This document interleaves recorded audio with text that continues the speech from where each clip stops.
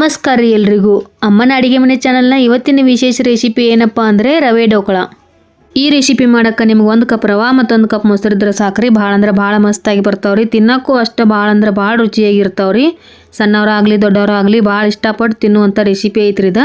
ಈ ರವೆ ಡೋಕಳನ ನೀವು ಬೆಳಗಿನ ನಾಷ್ಟಕ್ಕಾದರೂ ಮಾಡ್ಕೊಂಡು ತಿನ್ಬೋದ್ರಿ, ಇಲ್ಲ ಸಂಜೆ ಸ್ನ್ಯಾಕ್ಸ್ಗಾದರೂ ಮಾಡ್ಕೊಂಡು ತಿನ್ಬೋದ್ರಿ. ಭಾಳ ಅಂದ್ರೆ ಭಾಳ ರುಚಿಯಾಗಿರ್ತದೆ ರೀ. ಇದನ್ನು ಹೆಂಗೆ ಮಾಡೋದಂತ ಇವತ್ತಿನ ಈ ವಿಡಿಯೋದಾಗ ನಾನು ನಿಮ್ಗೆ ತೋರಿಸ್ಕೊಡ್ತೀನಿ ರೀ. ಇಲ್ಲಿ ನೋಡ್ರಿ, ಈ ಸೈಜ್ ಒಂದು ಕಪ್ ತೊಗೊಂಡೇನ್ರಿ ನಾ. ಈಗ ಅದ ಕಪ್ಲೇನ 1 ಕಪ್ ಆಗುವಷ್ಟು ರವೆ ತೊಗೋತನು. ಅದನ್ನು ಈಗ ಈ ಪಾತ್ರೆ ಒಳಗೆ ಹಾಕ್ಕೋತೇನೆ ರೀ. ಅದಾದಮೇಲೆ ಅದ ಕಪ್ಲೇನ 1 ಕಪ್ ಆಗುವಷ್ಟು ಮೊಸರು ತೊಗೊಂಡೇನ್ರಿ. ಅದನ್ನು ರವೆ ಒಳಗೆ ಹಾಕ್ಕೋತೇನೆ ರೀ. ಮತ್ತು ಅದ ಕಪ್ಲೇನ 1 ಕಪ್ ಆಗುವಷ್ಟು ನೀರು ಹಾಕ್ಕೋತೇನೆ ರೀ. ನೀರು ಹಾಕ್ಕೊಂಡ್ಬಿಟ್ಟು ಇದನ್ನು ಚಲೋ ತಂಗಿ ಮಿಕ್ಸ್ ಮಾಡ್ಕೋತೇನೆ ರೀ. ಗಂಟಿರ್ಲಾರ್ದಂಗೆ ನೀವು ಗಂಟಿರ್ಲಾರ್ದಂಗೆ ಮಿಕ್ಸ್ ಮಾಡ್ಕೋಬೇಕಾಕತ್ರಿ. ಗಂಟು ಆತಂದ್ರೆ ರವೆ ನೆನೆಯಂಗಿಲ್ಲ ರೀ. ಅದಕ್ಕೆ ಚಲೋ ತಂಗಿ ಮಿಕ್ಸ್ ಮಾಡ್ಕೋಬೇಕಾಕತ್ರಿ.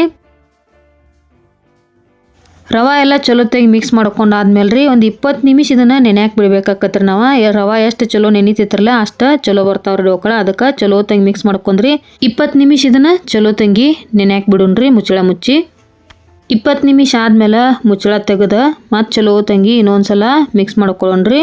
ನೋಡ್ರಿ, ಈಗ ರವೆ ಎಷ್ಟು ಚಲೋ ನೆನೆದೈತಿ. ಹಿಂಗೆ ರವೆ ನೆನಿಬೇಕಾಕತ್ರಿ. ಅದಕ್ಕೆ ಒಂದು 20 ನಿಮಿಷ ಅದನ್ನು ನಾವು ನೆನೆಯಾಕೆ ಬಿಡ್ಬೇಕಾಕತ್ರಿ.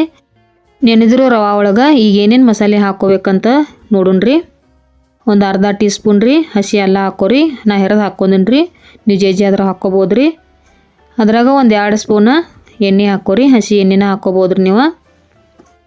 ಎಣ್ಣೆ ಹಾಕ್ಕೊಂಡಾದ್ಮೇಲೆ ರೀ ರುಚಿಗೆ ತಕ್ಕಷ್ಟು ಉಪ್ಪು ಹಾಕ್ಕೋಬೇಕಾಕತ್ರಿ. ಉಪ್ಪು ಹಾಕ್ಕೊಂಡು ಚಲೋ ತಂಗಿ ಮಿಕ್ಸ್ ಮಾಡ್ಕೊಳ್ಳೋಣ್ರಿ. ರವೆ ಒಳಗೆ ನಾವು ಹಾಕ್ಕೊಂಡಿದ್ದೆಲ್ಲ ಮಸಾಲೆ ಮಿಕ್ಸ್ ಆಗ್ಬೇಕ್ರಿ. ಅದಕ್ಕೆ ಚಲೋ ತಂಗಿ ಮಿಕ್ಸ್ ಮಾಡ್ಕೊಳ್ಳೋಣ್ರಿ.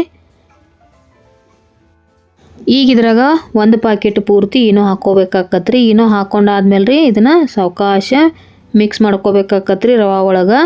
ಮತ್ತು ಸಾವಕಾಶನ ತಿರುಬೇಕ್ರಿ. ಇದನ್ನು ಜೋರ್ಲಿ ತಿರುವಂಗಿಲ್ಲ ರೀ. ಒಂದು ಸೈಡ್ ಅಷ್ಟೇ ತಿರುಬೇಕ್ರಿ. ಇದನ್ನು ಏನೋ ಹಾಕಿ ಮಿಕ್ಸ್ ಮಾಡಿದ್ಮೇಲೆ ಏನು ಮಾಡಬೇಕಪ್ಪ ಅಂದ್ರೆ ಒಂದು ಬೌಲಿಗೆ 1 ಚಮಚ ಆಗುವಷ್ಟು ತುಪ್ಪಾರೆ ಹಾಕ್ಕೋಬೇಕ್ರಿ, ಇಲ್ಲ ಎಣ್ಣೆರೆ ಹಾಕ್ಕೋಬೇಕ್ರಿ. ಹಾಕ್ಕೊಂಡ್ರೆ ಚಲೋ ತಂಗಿ ಆ ಬೌಲಿಗೆ ಎಲ್ಲ ಕಡೆ ಹಚ್ಕೋಬೇಕಾಕತ್ರಿ.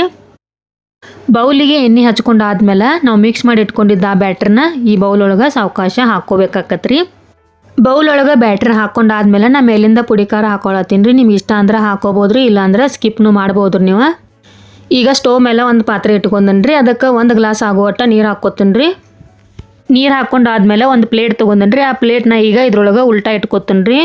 ಉಲ್ಟಾ ಇಟ್ಕೊಂಡು ನಾವು ಆಗ ಬ್ಯಾಟ್ರ ಒಂದು ಬೌಲ್ ಒಳಗೆ ಹಾಕಿ ಇಟ್ಕೊಂಡಿದ್ರಲ್ಲ ಅದನ್ನು ಇದ್ರ ಮ್ಯಾಗ ಇಟ್ಕೋಬೇಕಾಕತ್ರಿ ಪ್ಲೇಟ್ ಮೇಲೆ. ಬೌಲ್ ಇಟ್ಕೊಂಡಾದ್ಮೇಲೆ ಆ ಬೌಲ್ ಮೇಲೂ ಒಂದು ಪ್ಲೇಟ್ ಮುಚ್ಚಬೇಕ್ರಿ ನಾವು.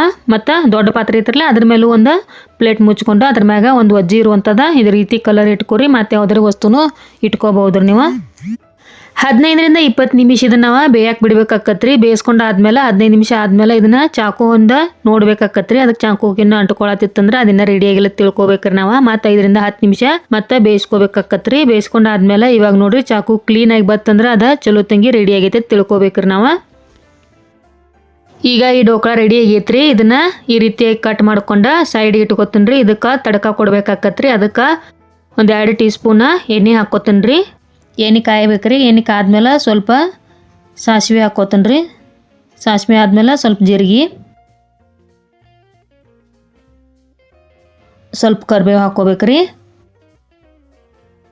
ಒಂದು 2 ಮೆಣಸಿಕಾಯಿ ಕಟ್ ಮಾಡಿ ಹಾಕ್ಕೊಂಡೇನಿ ರೀ.